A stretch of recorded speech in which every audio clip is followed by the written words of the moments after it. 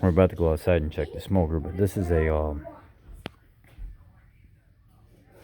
this is leftovers from last night. What this is a cheesy cauliflower rice, cauliflower chunks like the florets, and then a big giant pack of like the Bella mushrooms. And then I made a homemade sauce with some heavy whipping cream, some shredded cheese, and cream cheese, and just kind of slowly stirred it together as it was simmering.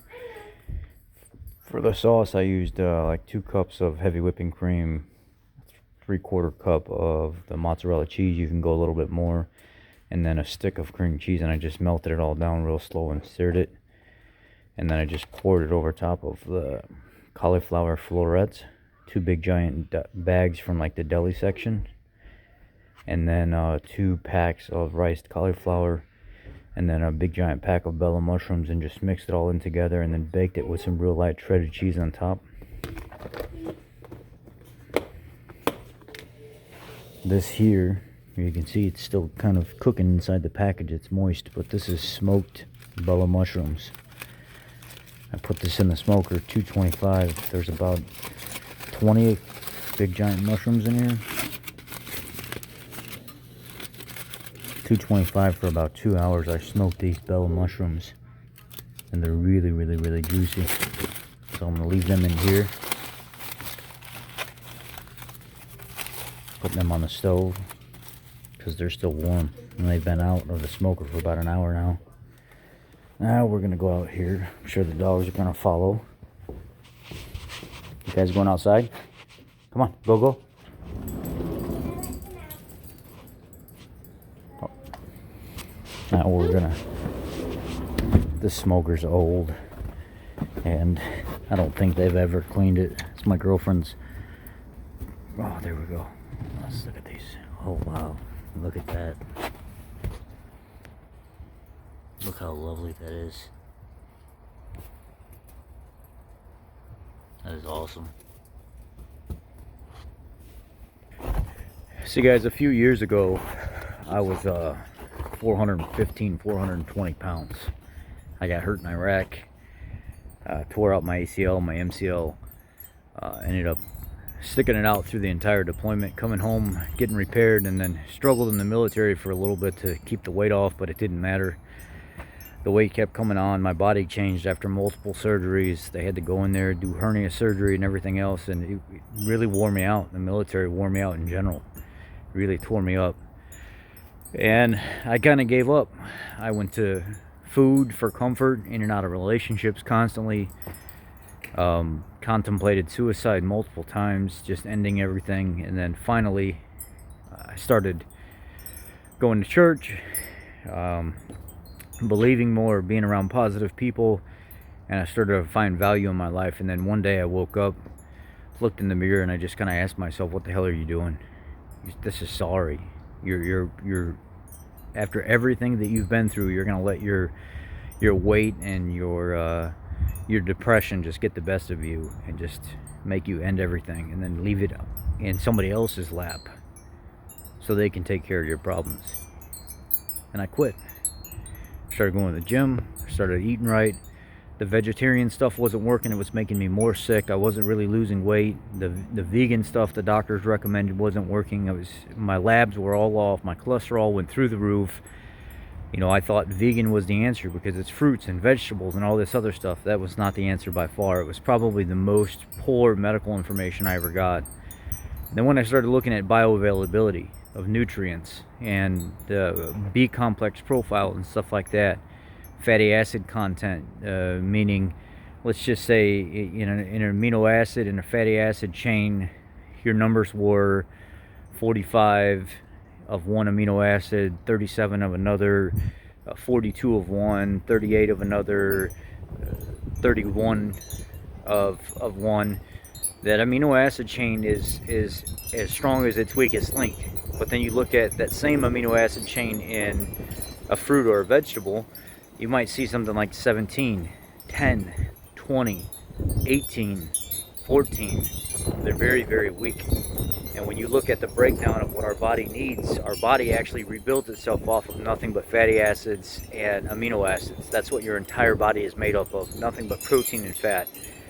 There is nowhere, anywhere, that says that being on a vegan or vegetarian diet is actually healthier for you. But once I started realizing if I cut the sugars and the carbs out of my diet, I could eat as much fat and protein as possible, I was set. So I started turning more to a ketogenic diet. My cholesterol came down, I started losing all kinds of weight, and then eventually I started leading more into a carnivore diet with having little treats for myself from time to time, like pancakes on a Saturday morning, and then Sunday eating a moderate low carb dinner, and then Monday through Friday going straight back to almost all protein and fat and having no breads, no pastas, no rices. If anything, I would just have greens and meat, but mainly meat. 99.9% of my diet came from meat. Lost weight like crazy. My cholesterol came way down. I reversed my diabetes. I got rid of my thyroid problems and stuff, and here I am today, years later, thankful for somebody giving me the ability to wake up and use my profession as an automotive technician, as a professional in my field, to look at what goes on inside a vehicle, inputs and outputs, the way a vehicle protects its circuits and itself, putting it in limp home mode and stuff like that, and then realizing our bodies send signals and receive signals the same exact way that the computer systems do in our home computers and our vehicles and stuff. The way they operate, they have to have inputs and outputs. Our body works the same exact way. It's just a different type of signal. And once I started looking at that, I started looking at people's individual diets. I started looking at people that would, my doctor, after years of seeing her, had mentioned something about watching one of my YouTube videos and seeing that I was talking about the restriction of sugar and how it could actually help people's vitamin C increase. And I said, yeah, doc, I said, you have to look at it like this: fructose, high fructose corn syrup, sugar and stuff in general, and then you look at those molecules and how they're built, and then you look at vitamin C. They're very, very similar.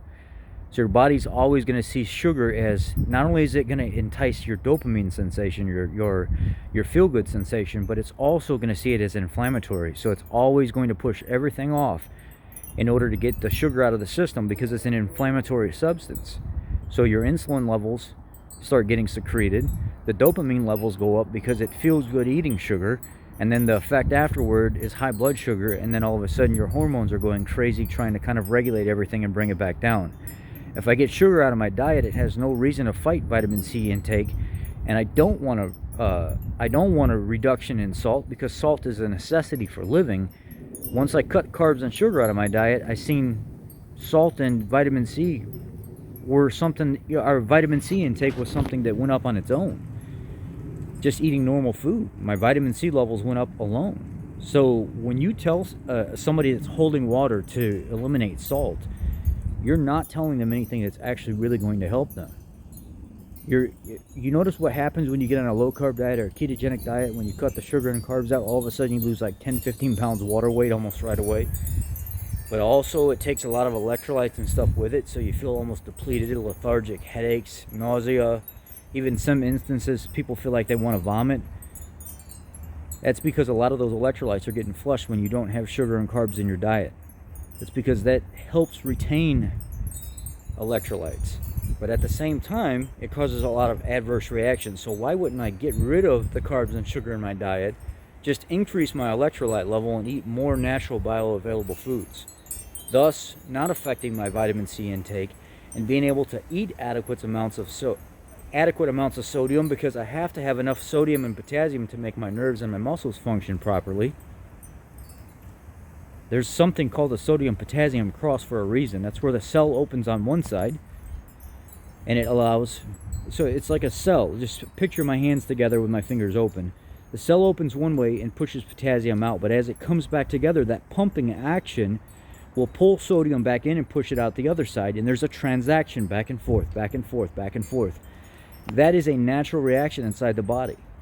You don't have enough sodium and potassium in the body, things don't function right. You don't have enough magnesium in the body, things don't function right. The doctors give poor recommendations when they try to give people vitamin D recommendations. Oh yeah, you're low on vitamin D, take 50,000 international units of vitamin D per day or per week. Okay, thanks doc, I'm gonna go do that. A month later, your vitamin D levels haven't come up. I wonder why, doc. One of the mechanics at work, my wife's taking 50,000 international units of vitamin D per week. I don't know what's going on. Her vitamin D levels aren't going up. Well, how's she taking it? Well, she just takes it in the morning with her black coffee. What in the hell is she doing that for? Well, the doctor said that was fine. Vitamin D is a fat-soluble vitamin. You can't just take it with black coffee and expect to absorb it. You need to take it with a fatty meal. That's how your body uses vitamin D, and that's how it's absorbed into the system. Fat-soluble vitamins are ADEK, A-D-E-K. Vitamin A, vitamin D, vitamin E, and K. The acronym, ADEK. Those need to be taken with fatty meals so they don't get absorbed properly. And if you take some magnesium with it, that helps the absorption even more. And vitamin K2. Don't get vitamin K1 confused with K2, because people are like, oh, I'm on blood thinners, I can't take vitamin K2. Vitamin K2 is not a thinner. Vitamin K1 is. So that's where people get all... So if I take about 360 micrograms of vitamin K2 per day and 10,000 international units of vitamin D3 per day with a fatty meal, and I take some pepper, and I pepper my food, because pepper likes to buffer the liver. The liver will try to fight and kick your body out of absorbing vitamin D properly. Like a lot of people like to take anti-inflammatory natural foods, but their liver tries to fight that.